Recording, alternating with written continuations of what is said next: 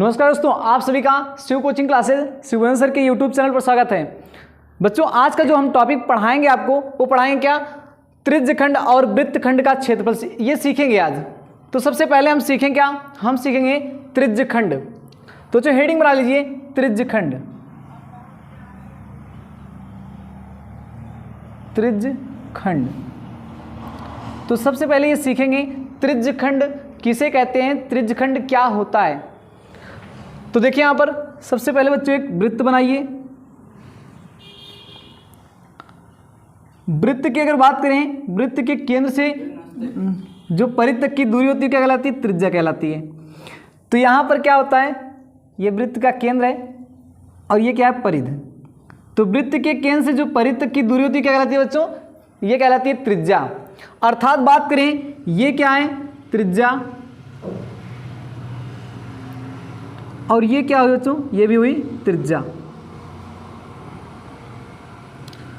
तो यहां पर देखा जाए इसका नामकरण करते हैं पहले। ये हो गया ए, ये हुआ ओ, ये हुआ बी। अर्थात यहां से देखें ए से बी, ए से बी तक ये होता है चाप, क्या कहलाता है, चाप। तो अगर इसकी परिभाषा की बात करें तो क्या होता है, परिभाषा क्या होगी, दो त्रिज्या, कौन सी, दो त्रिज्या, एक ये और एक ये, अर्थात तो ओ ए और ओ बी दो त्रिज्याएं हैं। दो त्रिज्या और एक चाप से जो भाग घिरा होता है वही क्या कहलाता है, त्रिज्यखंड कहलाता है। तो चलिए बच्चों देखिए इसकी हम परिभाषा को नोट कर देते हैं, आप नोट कर लेना। वृत्तीय क्षेत्र का वह भाग जो दो त्रिज्या, अर्थात बात करें दो त्रिज्या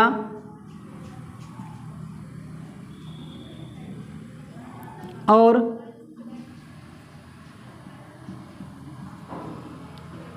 एक संगत चाप से घिरा हो, से घिरा हो, बच्चों क्या कहलाता है, वो कहलाता है त्रिज्यखंड। तो वृत्तीय क्षेत्र का वह भाग जो दो त्रिज्या और एक चाप से घिरा जो भाग होता है वो कहलाता है त्रिज्यखंड। तो बात करें यहां पर देखें तो सबसे पहले अगर बात करें दो त्रिज्या हुई और एक चाप, यहां पर ये जो क्षेत्र बन रहा है,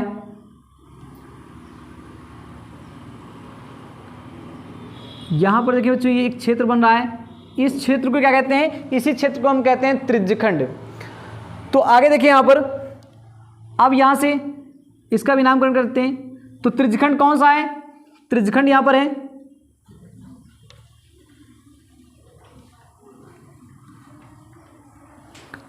त्रिज्यखंड है ए ओ बी पी, ए ओ बी पी, ये क्या हो गया, त्रिज्यखंड हुआ।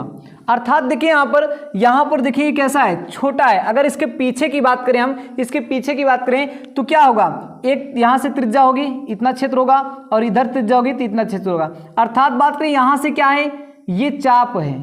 तो ये कौन सा चाप, यहां पर होता है लघु चाप और ये होता है दीर्घ चाप होता है। तो ये जो क्षेत्र बन रहा है ए ओ बी पी, ये कहलाएगा लघु त्रिज्यखंड।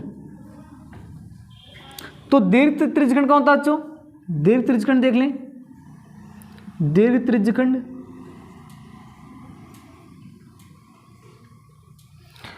दीर्घ त्रिज्यखंड कैसे होगा, यहां से इसका नामकरण करते हैं सी।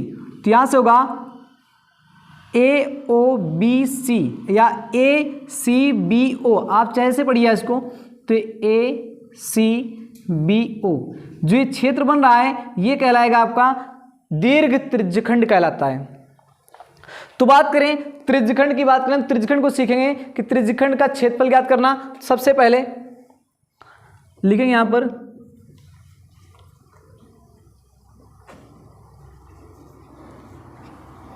त्रिज्यखंड का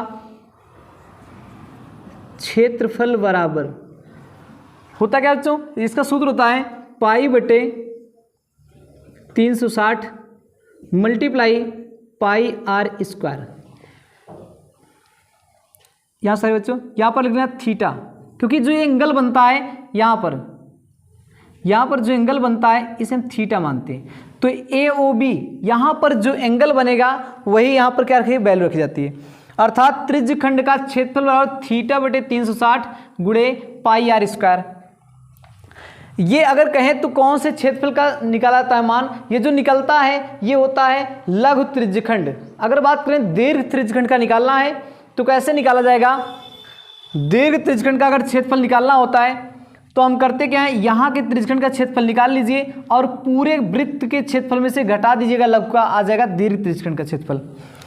तो यहाँ पर देखें आगे त्रिज्यखंड का क्षेत्रफल थीटा बटे 360 मल्टीप्लाई क्या होगा पाई आर स्क्वायर।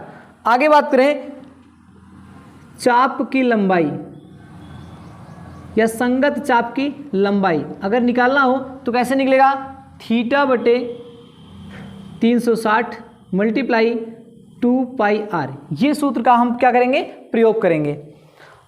आगे सीखेंगे बच्चों वृत्तखंड। त्रिज्यखंड ये आपको समझ में आया होगा, आगे हम सीखें वृत्तखंड। तो हेडिंग में जाए, यहां बना लीजिए वृत्तखंड।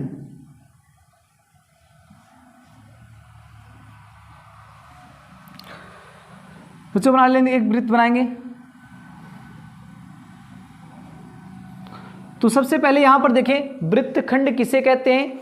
तो यहां पर क्या होता था, यहां पर दो त्रिज्याएं और एक संगत चाप से जो क्षेत्र घिरा होता था उसे क्या कहते थे, हम त्रिज्यखंड कहते थे। लेकिन यहां पर क्या होता है, वृत्तखंड में क्या होता है कि एक जीवा आएगी, अर्थात ये जीवा का नाम करते हैं AB, जीवा AB, और ये क्या हो जाता है, ये हो जाता है चाप।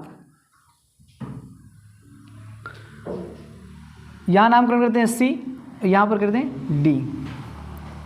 तो यहां पर जैसे इसकी परिभाषा हमने लिखा है, इसकी परिभाषा को बताते हैं आपको। वृत्तीय क्षेत्र का वह भाग जो कैसे होगा, एक जीवा से, ये ऊपर क्या है एक जीवा और एक संगत चाप से घिरा हुआ जो क्षेत्र होता है उसे हम क्या कहते हैं, त्रिज्यखंड कहते हैं। तो इसकी परिभाषा को नोट कर लें बच्चों, वृत्तीय क्षेत्र का वह भाग, वृत्तीय क्षेत्र का वह भाग जो एक जीवा और संगत चाप से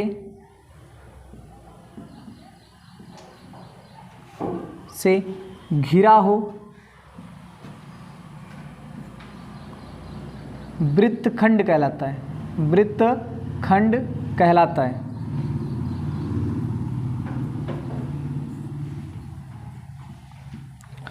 तो बात करें यहां पर जो वृत्तखंड बनता है वो वृत्तखंड कैसे, एक होता है लघु वृत्तखंड और एक होता है दीर्घ वृत्तखंड। तो बात करें यहां पर बच्चों ये बन रहा है, ये नीचे की तरफ जो बन रहा है जिसे नामकरण करें तो क्या करें ACB, अर्थात ACB जो ये बन रहा है वृत्तखंड कैसा होगा, ये वृत्तखंड होगा लघु वृत्तखंड। और जो ऊपर बन रहा है ADB इसे कहते हैं हम दीर्घ वृत्तखंड।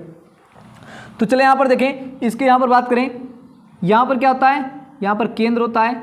अगर इसको यहाँ से मिला दें तो हो जाती है त्रिज्या, अगर यहाँ से इसको मिला दें तो हो जाती है त्रिज्या। तो अब बात करें हम सूत्र अगर निकालना चाहें कि लघु वृत्तखंड का अगर बात करें क्षेत्रफल निकालना हो तो कैसे निकलेगा। तो सबसे पहले क्या करेंगे हम OA यहाँ CB, ये क्या था हम पहली आकृति में सीखे थे, यहाँ पर OAPB, अर्थात यहाँ से OAPB ये क्या होता है, ये होता है त्रिज्यखंड होता है। तो यहाँ से क्या बनेगा, ये पूरा त्रिज्यखंड। तो लिखेंगे लघु वृत्तखंड का क्षेत्रफल बराबर लघु वृत्तखंड का क्षेत्रफल बराबर क्या होगा बच्चों, ये पूरा त्रिज्यखंड का क्षेत्रफल, त्रिज्यखंड का क्षेत्रफल माइनस, अगर बात करें पूरे त्रिज्यखंड के क्षेत्रफल में से ये पूरा AOBC ये पूरा क्या होता है त्रिज्यखंड होता है। अर्थात यहाँ पर बात करें त्रिज्यखंड में से क्या घटा दें, अगर हम त्रिभुज को यहाँ से निकाल दिया जाए तो शेष क्या बच जाता है, शेष बचता है लघु वृत्तखंड। तो यहाँ लघु वृत्तखंड का क्षेत्रफल बराबर क्या होता है, त्रिज्यखंड का क्षेत्रफल माइनस त्रिभुज का क्षेत्रफल। तो इस प्रकार से निकलता क्या है, इस प्रकार से निकल जाता है लघु वृत्तखंड का क्षेत्रफल। अगर हमें निकालना हो कि दीर्घ वृत्तखंड का क्षेत्रफल क्या होगा, तो हम निकालेंगे, यहां लिखेंगे दीर्घ वृत्तखंड का क्षेत्रफल बराबर दीर्घ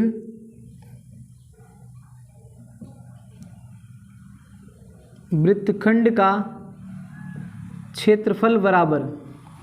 तो दीर्घ वृत्तखंड बच्चों कैसे होता है, ये पूरा पीछे का एरिया, अर्थात बात करें ये पूरा, ये जहां पर हमने यहाँ पर छायांकित भाग बनाया है, इसको छोड़कर जितने पीछे आपके शेष भाग पड़ते हैं, ये क्या होता है, ये त्रिभुज को शामिल करके ये जितना भाग होता है, ये आपका क्या कहलाता है, दीर्घ वृत्तखंड कहलाता है। तो यहाँ पर क्या करते हैं, तो सबसे पहले निकालने के लिए, अगर दीर्घ वृत्तखंड निकालना है तो आपको सबसे पहले लघु वृत्तखंड निकालना पड़ेगा। कैसे निकालेंगे, ये बताया गया। लघु वृत्तखंड निकालने के लिए क्या करते हैं, त्रिज्यखंड का क्षेत्रफल माइनस त्रिभुज का क्षेत्रफल। तो आता है किसका, आ जाता है लघु वृत्तखंड का क्षेत्रफल। अगर लघु वृत्तखंड का क्षेत्रफल आ गया तो हम क्या करेंगे, पूरे वृत्त का क्षेत्रफल निकालेंगे। लिखेंगे, यहां सूत्र लिखेंगे, वृत्त का क्षेत्रफल माइनस ये हो जाएगा लघु वृत्तखंड का क्षेत्रफल, लघु वृत्तखंड का क्षेत्रफल। अगर बात करें पूरे वृत्त के क्षेत्रफल में से अगर हम लघु वृत्तखंड के क्षेत्रफल को निकाल देते हैं तो जो शेष बचता है वो क्या कहलाता है, वो कहलाता है दीर्घ वृत्तखंड का क्षेत्रफल। तो उम्मीद है बच्चों ये आपको समझ में आ गया होगा।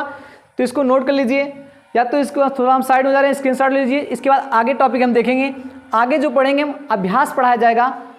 तो बच्चों इसको नोट कर लिए, तब तक के लिए जय हिंद जय भारत।